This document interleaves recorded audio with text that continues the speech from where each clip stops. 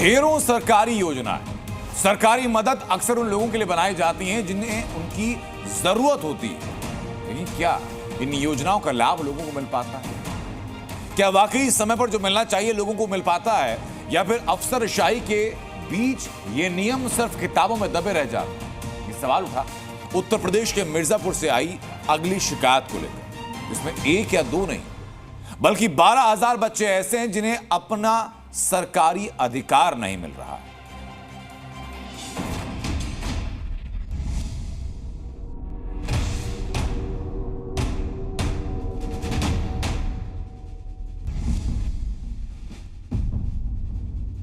शिक्षा का अधिकार यह सिर्फ एक कानून या सरकारी नियम नहीं है, बल्कि यह देश के न जाने कितने सुनहरे भविष्यों की आधारशिला है, जो कि हर बच्चे को पढ़ने लिखने का मौका देती है।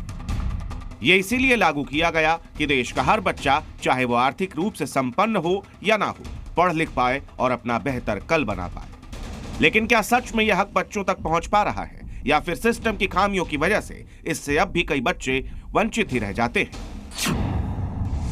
यह सवाल उठा जी हेल्पलाइन में आए एक कॉल से, जो हमें यूपी के मिर्जापुर से आई। मिर्जापुर के रहने वाले महेंद्र, जिनकी बच्ची मुफ्त शिक्षा योजना के तहत एक प्राइवेट स्कूल में पढ़ती है।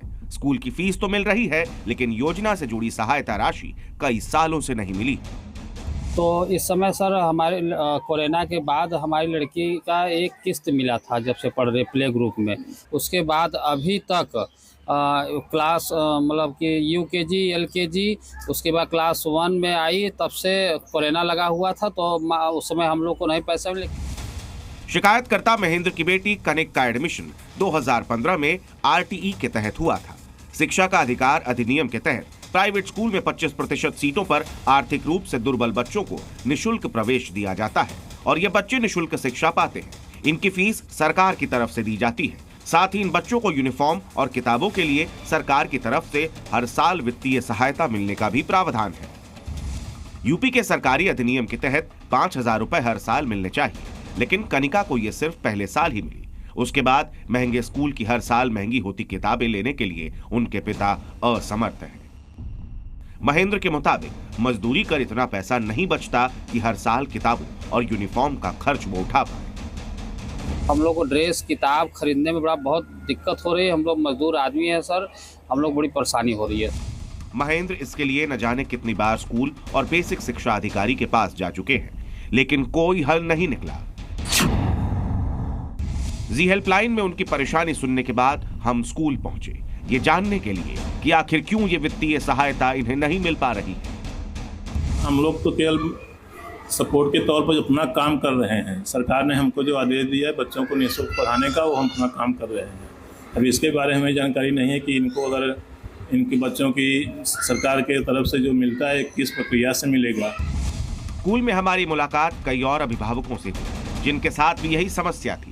इसके बाद ढेरों सवाल लेकर हम पहुंचे बेसिक शिक्षा अधिकारी के दफ्तर। जहां बात की तो पता चला कि इस अधिनियम के तहत आने वाला पैसा प्रशासन की तरफ से पहुंचा ही नहीं।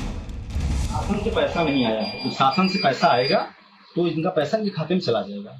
सर पिछले बार तो आया था, पिछले बार जो पैसा आया 2023 और 24 में जिन बच्चों का नया नामांकन हुआ उनका पैसा, तो हमारे से पुराना से हमारे से कोई मतलब। अब इसके बारे में कुछ नहीं पता। हमने इस मामले में बेसिक शिक्षा अधिकारी से जब बात की तो मालूम चला कि दरअसल ये समस्या कितनी बड़ी है। यहाँ बात सिर्फ कनिका की ही नहीं, बल्कि कनिका की ही तरह जिले के करीब 12,000 बच्चों को कोरोना काल के बाद से यह पैसा आज तक मिला ही नहीं। स्कूल की फीस जो प्रतिपूर्ति है वो तो प्रतिवर्ष जा रहा है, और कोविड के दौरान जो पैसा भी नहीं गया है वो पूरे हर जनपद में स्थित है, और ये शासन इससे अवगत है और ये पैसा जल्द ही प्राप्त हो सकता है, क्योंकि हम लोगों ने इस बात को ऊपर बता रखा है। तो जैसे ही पैसा आएगा इस पे हम लोग तुरंत एक्शन लेंगे।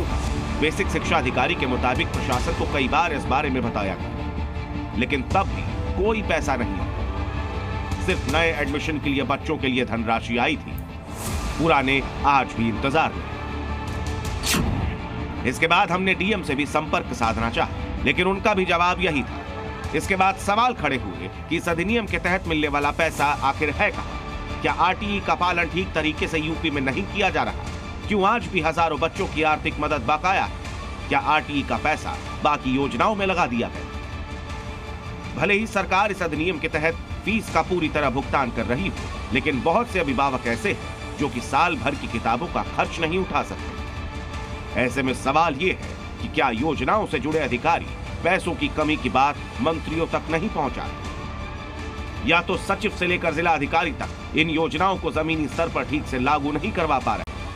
लेकिन इन सब के बीच जी हेल्पलाइन का सबसे बड़ा सवाल यही है कि राज्य के लाखों बच्चों के भविष्य के साथ ऐसा खिलवाड़ कौन कर रहा है। राजेश मिश्र, मिर्जापुर, जी मीडिया।